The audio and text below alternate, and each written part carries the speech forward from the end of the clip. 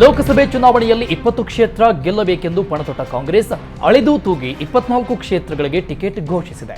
ಆದರೆ ಉಳಿದ ಆಕಾಂಕ್ಷಿಗಳ ಪಟ್ಟಿ ಜಾಸ್ತಿ ಇರುವ ಕೋಲಾರ, ಚಿಕ್ಕಬಳ್ಳಾಪುರ, ಚಾಮರಾಜನಗರ ಮತ್ತು ಬಳ್ಳಾರಿ ಕ್ಷೇತ್ರದ ಟಿಕೆಟ್ ಸಹ ಫೈನಲ್ ಆಗಿದ್ದು ಅಧಿಕೃತ ಘೋಷಣೆಯಷ್ಟೇ ಬಾಕಿ ಇದೆ. ಹೈಕಮಾಂಡ್ ಜೊತೆ ಇನ್ನೊಂದು ಸುತ್ತಿನ ಚರ್ಚೆ ಬಳಿಕ ಪಟ್ಟಿ ರಿಲೀಸ್ ಮಾಡಲಿದೆ. ಕೋಲಾರಕ್ಕೆ ಎಲ್ ಹನುಮಂತಯ್ಯ ಹೆಸರು ಬಹುತೇಕ ಫೈನಲ್ ಆಗಿದ್ದು ಸಚಿವ ಕೆಎಚ್ ಮುನಿಯಪ್ಪಗೆ ಹಿನ್ನಡೆಯಾಗಿದೆ. ಚಿಕ್ಕಬಳ್ಳಾಪುರ ಟಿಕೆಟ್ ರೇಸ್ನಲ್ಲಿ ರಕ್ಷಾರಾಮಯ್ಯ ಮಣೆ ಹಾಕಿದ್ದು ಮೊಯ್ಲಿ ಶಿವಶಂಕರ್ ರೆಡ್ಡಿಗೆ ಹಿನ್ನಡೆಯಾಗುವ ಸಾಧ್ಯತೆ ಇದೆ. ಸಂಡೂರು ಶಾಸಕ ತುಕಾರಾಂಗೆ ಬಳ್ಳಾರಿ ಟಿಕೆಟ್ ಬಹುತೇಕ ಪಕ್ಕ ಅಂತ ಹೇಳಲಾಗ್ತಿದೆ. ಇನ್ನು ಚಾಮರಾಜನಗರದಲ್ಲಿ ಸಚಿವ ಮಹದೇವಪ್ಪ ಪುತ್ರನಿಗೆ ಚಾನ್ಸ್ ಸಿಕ್ಕಿದೆ. ವಿಪಕ್ಷಗಳ ಕತ್ತು ಹಿಸುಕುವ ಕೆಲಸವನ್ನ ಬಿಜೆಪಿ ಮಾಡುತ್ತಿದೆ ಅಂತ ಸಿಎಂ ಸಿದ್ದರಾಮಯ್ಯ ಆರೋಪಿಸಿದ್ದಾರೆ. ಇದು ಅತ್ಯಂತ ಖಂಡನೀಯ, ಜನಾಭಿಪ್ರಾಯ ಸಂವಿಧಾನಕ್ಕೆ ವಿರುದ್ಧವಾದ ನಡೆ ಅಂತ ವಾಗ್ದಾಳಿ ನಡೆಸಿದ್ರು. ಬಿಜೆಪಿಯವರಿಗೆ ಸೋಲಿನ ಭೀತಿಯಿಂದ ರಾಜಕೀಯ ಪಕ್ಷಗಳ ನಿಷ್ಕ್ರಿಯಗೊಳಿಸುವ ಕೆಲಸ ಮಾಡ್ತಾ ಇದೆ. ಬಿಜೆಪಿ ಖಾತೆಗೆ ಎಷ್ಟು ಹಣ ಬಂದಿದೆ, ಅವರ ಖಾತೆಯನ್ನು ಸೀಸ್ ಮಾಡಬೇಕಲ್ವಾ ಅಂತ ಪ್ರಶ್ನೆ ಮಾಡಿದ್ದಾರೆ. ಬಿಜೆಪಿಯವರು ಭ್ರಷ್ಟಾಚಾರದ ಪಿತಾಮಹರು ಅಂತ ಸಿದ್ದರಾಮಯ್ಯ ಆರೋಪಿಸಿದ್ದಾರೆ. ಬಿಜೆಪಿ ಎರಡನೇ ಪಟ್ಟಿ ಬಿಡುಗಡೆಯಾದ ಬಳಿಕ ಸಂಸದ ಅನಂತಕುಮಾರ್ ಹೆಗಡೆ ಸೈಲೆಂಟ್ ಆಗಿದ್ದಾರೆ. ಟಿಕೆಟ್ ಕೈ ತಪ್ಪುವ ಲಕ್ಷಣ ಕಾಣುತ್ತಿದ್ದಂತೆ ಯಾರ ಕೈಗೂ ಸಿಗದೆ ಉತ್ತರ ಕನ್ನಡ ಜಿಲ್ಲೆಯ ಶಿರಸಿ ನಗರದಲ್ಲಿರುವ ತನ್ನ ನಿವಾಸದಲ್ಲೇ ಇದ್ದಾರೆ. ಎರಡನೇ ಪಟ್ಟಿ ಬಿಡುಗಡೆ ಬಳಿಕ ಈವರೆಗೆ ಒಂದೇ ಒಂದು ಸಭೆಯನ್ನು ಸಹ ಮಾಡಿಲ್ಲ. ಮತ್ತೊಮ್ಮೆ ಮೋದಿ ಘೋಷಣೆಯಡಿ ಕಳೆದ 2 ತಿಂಗಳಿಂದ ಕ್ಷೇತ್ರದಾದ್ಯಂತ ಹೆಗಡೆ ಪ್ರಚಾರ ಆರಂಭಿಸಿದರು. ಆದರೆ ಟಿಕೆಟ್ ಡೌಟ್ ಅಂತ ಗೊತ್ತಾದ ಬಳಿಕ ಸೈಲೆಂಟ್ ಆಗಿದ್ದಾರೆ. ಹೊಸಪೇಟೆಯ ಕಾಂಗ್ರೆಸ್ ಮುಖಂಡ ಗುಜ್ಜಲ್ ನಾಗರಾಜ್ಗೆ ಬಳ್ಳಾರಿ ಲೋಕಸಭೆ ಟಿಕೆಟ್ ನೀಡುವಂತೆ ಕಾರ್ಯಕರ್ತರು ರಸ್ತೆ ತಡೆದು ಪ್ರತಿಭಟಿಸಿದ್ದಾರೆ. ಬಳ್ಳಾರಿ ಲೋಕಸಭೆ ಕ್ಷೇತ್ರದ ಟಿಕೆಟ್ ಸಂಡೂರು ಶಾಸಕ ತುಕಾರಾಂಗೆ ಟಿಕೆಟ್ ಫೈನಲ್ ಆಗಿದೆ ಅಂತ ಹೇಳಲಾಗ್ತಿದೆ. ಆದ್ರಿಂದ ಗುಜ್ಜಲ್ ನಾಗರಾಜ್ಗೆ ಟಿಕೆಟ್ ಕೊಡಬೇಕು ಅಂತ ಆಗ್ರಹಿಸಿದ್ದಾರೆ. ಕಾಂಗ್ರೆಸ್ ಪಕ್ಷಕ್ಕಾಗಿ ಗುಜ್ಜಲ್ ನಾಗರಾಜ್ ದುಡಿದಿದ್ದಾರೆ, ನೂರಾರು ಕಾರ್ಯಕರ್ತರನ್ನ ಬೆಳೆಸಿದ್ದಾರೆ, ಆದರೂ ಕೊಟ್ಟಿಲ್ಲ ಅಂತ ಅಸಮಾಧಾನ ಹೊರಹಾಕಿದ್ದಾರೆ. ಲೋಕಸಭಾ ಟಿಕೆಟ್ ತಪ್ಪಿದ್ದಕ್ಕೆ ವೀಣಾ ಕಾಶ್ಯಪ್ಪನವರ ಅಭಿಮಾನಿಗಳು, ಹಿತೈಷಿಗಳು ಸಭೆ ಕರೆದಿದ್ರು.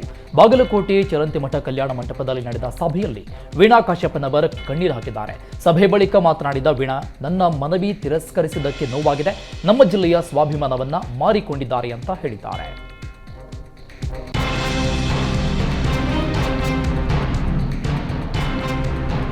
ಲೋಕಸಭೆ ಚುನಾವಣೆ ಹೊತ್ತಲ್ಲೇ ದಳಪತಿಗಳಿಗೆ ಡಿಸಿಎಂ ಡಿಕೆಶಿ ಶಾಕ್ ಕೊಟ್ಟಿದ್ದಾರೆ. ಜೆಡಿಎಸ್ನ ಪ್ರಮುಖ ನಾಯಕರು ಕಾಂಗ್ರೆಸ್ ಸೇರ್ಪಡೆಯಾಗಿದ್ದಾರೆ. ಮಾಜಿ ಎಂಎಲ್ಸಿ ಮರಿತಿಬ್ಬೇಗೌಡ, ಅಪ್ಪಾಜಿಗೌಡ ತೆನೆ ಇಳಿಸಿ ಕೈ ಹಿಡಿದಿದ್ದಾರೆ. ಕಾಂಗ್ರೆಸ್ ಸೇರ್ಪಡೆಯಾದ ಬಳಿಕ ಮಾತನಾಡಿದ ಮರಿತಿಬ್ಬೇಗೌಡ ದಳಪತಿಗಳ ವಿರುದ್ಧ ಕಿಡಿಕಾರಿದ್ರು.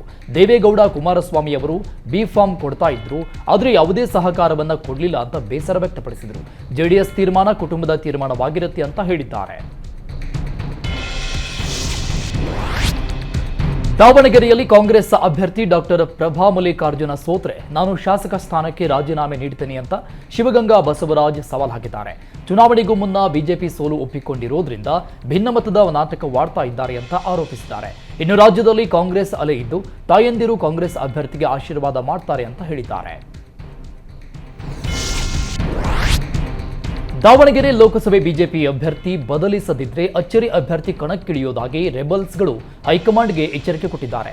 ಲೋಕಕೆರೆ ನಾಗರಾಜ್ ನಿವಾಸದಲ್ಲಿ ಸಭೆ ನಡೆಸಿದ ರೆಬಲ್ ನಾಯಕರು ಗಾಯತ್ರಿ ಸಿದ್ದೇಶ್ವರ ಬದಲಿಸಿ ಬೇರೆ ಅಭ್ಯರ್ಥಿಗೆ ಟಿಕೆಟ್ ನೀಡಬೇಕು ಅಂತ ಆಗ್ರಹಿಸಿದರು. ಬಿಜೆಪಿ ಅಭ್ಯರ್ಥಿ ಬದಲಿಸದಿದ್ರೆ ನಾವೇ ಅಭ್ಯರ್ಥಿ ನಿಲ್ಲಿಸ್ತೇವೆ, ಬಿಜೆಪಿಗೆ ದ್ರೋಹ, ಬ್ಲಾಕ್ ಮೇಲ್ ಮಾಡ್ತಾ ಇಲ್ಲ, ಬಿಜೆಪಿಯಲ್ಲಿ ಇದ್ದುಕೊಂಡೇ ಎಲ್ಲ ಕೆಲಸ ಮಾಡ್ತೇವೆ ಅಂತ ಹೇಳಿದ್ದಾರೆ. ಮೈಸೂರು ಕೊಡಗು ಕಾಂಗ್ರೆಸ್ ಅಭ್ಯರ್ಥಿ ಎಂ ಲಕ್ಷ್ಮಣ್ ಬಿಜೆಪಿ ಅಭ್ಯರ್ಥಿ ಯದುವೀರ್ ವಿರುದ್ಧ ವಾಗ್ದಾಳಿ ನಡೆಸಿದ್ದಾರೆ. ನನ್ನ ಹೆಸರಿನ ಮುಂದೆ ರಾಜ ಒಡೆಯರ್ ಏನೂ ಇಲ್ಲ, ನಾನೊಬ್ಬ ಸಾಮಾನ್ಯ ಕಾರ್ಯಕರ್ತ ಎನ್ನುವ ಮೂಲಕ ಯದುವೀರಿಗೆ ಟಕ್ಕರ್ ಕೊಟ್ಟಿದ್ದಾರೆ. ನಾನೊಬ್ಬ ಒಕ್ಕಲಿಗ ಸಮುದಾಯಕ್ಕೆ ಸೇರಿದವನಾಗಿರೋದ್ರಿಂದ ಕೆಲವರು ಲಕ್ಷ್ಮಣಗೌಡ ಎಂದು ಬದಲಾವಣೆ ಮಾಡಿಕೊಳ್ಳುವಂತೆ ಸಲಹೆ ಕೊಟ್ಟರು. ಆದರೆ ಚುನಾವಣೆಗೋಸ್ಕರ ಹೆಸರು ಬದಲಾವಣೆ ಮಾಡುವುದು ಸರಿಯಲ್ಲ, ನಮ್ಮ ತಂದೆ ತಾಯಿ ಇಟ್ಟಿರುವ ಹೆಸರೇ ಇರಲಿ ಅಂತ ಸುಮ್ಮನಾದೆ ಅಂತು. ಇನ್ನು ಮೈಸೂರು ಕೊಡಗು ಕ್ಷೇತ್ರ ಸೇರಿದಂತೆ ರಾಜ್ಯದಲ್ಲಿ 22 ಕ್ಷೇತ್ರಗಳಲ್ಲಿ ಕಾಂಗ್ರೆಸ್ ಗೆಲ್ಲಲಿದೆ ಅಂತ ಎಂ ಲಕ್ಷ್ಮಣ್ ಆತ್ಮವಿಶ್ವಾಸ ವ್ಯಕ್ತಪಡಿಸಿದ್ದಾರೆ. ಮೇಕೆದಾಟು ಯೋಜನೆಯನ್ನ ನಿಲ್ಲಿಸುತ್ತೇವೆ ಎಂದ ಡಿಎಂಕೆ ನಾಯಕರ ಹೇಳಿಕೆಯನ್ನ ಸಿದ್ದರಾಮಯ್ಯ, ಡಿಕೆಶಿ ಖಂಡಿಸುತ್ತಾರಾ ಅಂತ ಕೇಂದ್ರ ಸಚಿವ ಪ್ರಹ್ಲಾದ್ ಜೋಶಿ ಪ್ರಶ್ನೆ ಮಾಡಿದ್ದಾರೆ. ಆದರೆ ಡಿಎಂಕೆ ನಿಲುವನ್ನ ಬಿಜೆಪಿ ಖಂಡಿಸುತ್ತದೆ ಅಂದರು. ಡಿಎಂಕೆ ನಾಯಕರ ಹೇಳಿಕೆಗಳಿಗೆ ಕಾಂಗ್ರೆಸ್ ನಾಯಕ ರಾಹುಲ್ ಗಾಂಧಿ ಉತ್ತರಿಸಬೇಕು ಅಂತ ಜೋಶಿ ಆಗ್ರಹಿಸಿದ್ದಾರೆ.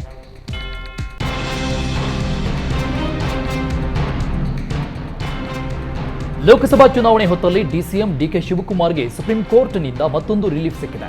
ಮಾರ್ಚ್ 4, 2024ರಂದು ಅಕ್ರಮ ಹಣ ವರ್ಗಾವಣೆ ಪ್ರಕರಣ ರದ್ದುಗೊಳಿಸಿದ್ದ ಸುಪ್ರೀಂ ಕೋರ್ಟ್ನ ತೀರ್ಪನ್ನು ಮರುಪರಿಶೀಲಿಸುವಂತೆ ಜಾರಿ ನಿರ್ದೇಶನಾಲಯ ಸಲ್ಲಿಸಿದ ಅರ್ಜಿಯನ್ನ ಸುಪ್ರೀಂ ಕೋರ್ಟ್ ತಿರಸ್ಕರಿಸಿದೆ.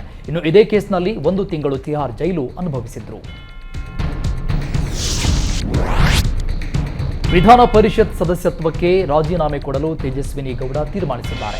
ಬಿಜೆಪಿ ಟಿಕೆಟ್ ಕೇಳಿದ್ರೂ ಸಿಕ್ಕಿಲ್ಲ, ಆದ್ರಿಂದ ರಾಜೀನಾಮೆ ಕೊಡುವ ವಾತಾವರಣ ಸೃಷ್ಟಿಯಾಗಿದೆ.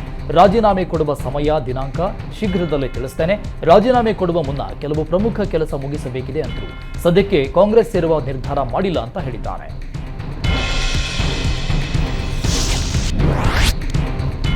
ದೆಹಲಿ ಸಿಎಂ ಅರವಿಂದ್ ಕೇಜ್ರಿವಾಲ್ ಬಂಧನ ಖಂಡಿಸಿ ಫ್ರೀಡಂ ಪಾರ್ಕ್ನಲ್ಲಿ ಎಎಪಿ ಪ್ರತಿಭಟನೆ ನಡೆಸಿದೆ.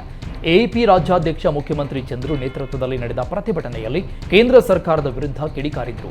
ಮೋದಿ, ಅಮಿತ್ ಶಾ ವಿರುದ್ಧ ಆಕ್ರೋಶ ವ್ಯಕ್ತಪಡಿಸಿದ ಕಾರ್ಯಕರ್ತರು ಚಮಚ ಇಡಿ ಎಂದು ಘೋಷಣೆ ಕೂಗಿದ್ರು. ಇದೇ ವೇಳೆ ಮಾತನಾಡಿದ ಮುಖ್ಯಮಂತ್ರಿ ಚಂದ್ರು, ಅರವಿಂದ್ ಕೇಜ್ರಿವಾಲ್ರನ್ನ ಅಕ್ರಮವಾಗಿ ಬಂಧಿಸಲಾಗಿದೆ. ಮೋದಿ, ಅಮಿತ್ ಶಾ ಕಪಿಮುಷ್ಟಿಯಲ್ಲಿ ಇಡಿ ಸಿಕ್ಕಿದೆ. ಚುನಾವಣೆ ಸಮಯದಲ್ಲಿ ಅಕ್ರಮವಾಗಿ ಬಂಧಿಸಿ ಹೆದರಿಸುವ ಪ್ರಯತ್ನವಾಗಿದ್ದು, ಇದಕ್ಕೆಲ್ಲ ಹೆದರಲ್ಲ ಅಂತ ಹೇಳಿದ್ದಾರೆ. ಲೋಕಸಭೆ ಚುನಾವಣೆಗೆ ರಾಜ್ಯದ 24 ಕ್ಷೇತ್ರಗಳಿಗೆ ಕಾಂಗ್ರೆಸ್ ಟಿಕೆಟ್ ಘೋಷಿಸಿದೆ. ಕೆಲವೇ ದಿನಗಳಲ್ಲಿ ಅಧಿಕೃತವಾಗಿ ಪ್ರಚಾರದ ಕಹಳೆ ಊದಲಿದೆ. ಇದರ ಮಧ್ಯೆ ನಾಳೆ ಕಾಂಗ್ರೆಸ್ ಶಾಸಕರು, ಸೋತ ಅಭ್ಯರ್ಥಿಗಳು, ಜಿಲ್ಲಾ ಮಂತ್ರಿಗಳ ಜೊತೆ ಸಿಎಂ ನೇತೃತ್ವದಲ್ಲಿ ಸಭೆ ನಡೆಯಲಿದೆ ಅಂತ ಡಿಸಿಎಂ ಡಿಕೆಶಿ ತಿಳಿಸಿದರು. ಯಾವ ರೀತಿ ಲೋಕಸಭೆ ಚುನಾವಣೆ ಎದುರಿಸಬೇಕು, ಯಾವ ದಿಕ್ಕಿನಲ್ಲಿ ಹೋಗಬೇಕು ಅಂತ ನಿರ್ದೇಶನ ಕೊಡುತ್ತೇವೆ ಅಂದರು. ಇನ್ನು ಎಐಸಿಸಿ ಸೆಕ್ರೆಟರಿಗಳು ಕೂಡ ಸಭೆಯಲ್ಲಿ ಭಾಗಿಯಾಗಲಿದ್ದಾರೆ. ಇದರ ಜೊತೆ ಹಲವರು ಪಕ್ಷ ಸೇರ್ಪಡೆ ಮುಂದಾಗಿದ್ದು, ಅವರೆಲ್ಲರನ್ನ ಸೇರ್ಪಡೆ ಮಾಡಿಕೊಳ್ಳುತ್ತೇವೆ ಅಂತ ತಿಳಿಸಿದ್ದಾರೆ.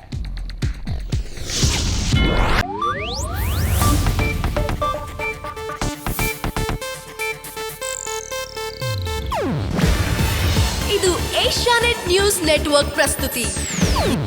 ನೀವು ನೋಡ್ತಿದ್ದೀರಾ ಏಷ್ಯಾನೆಟ್ ಸುವರ್ಣ ನ್ಯೂಸ್.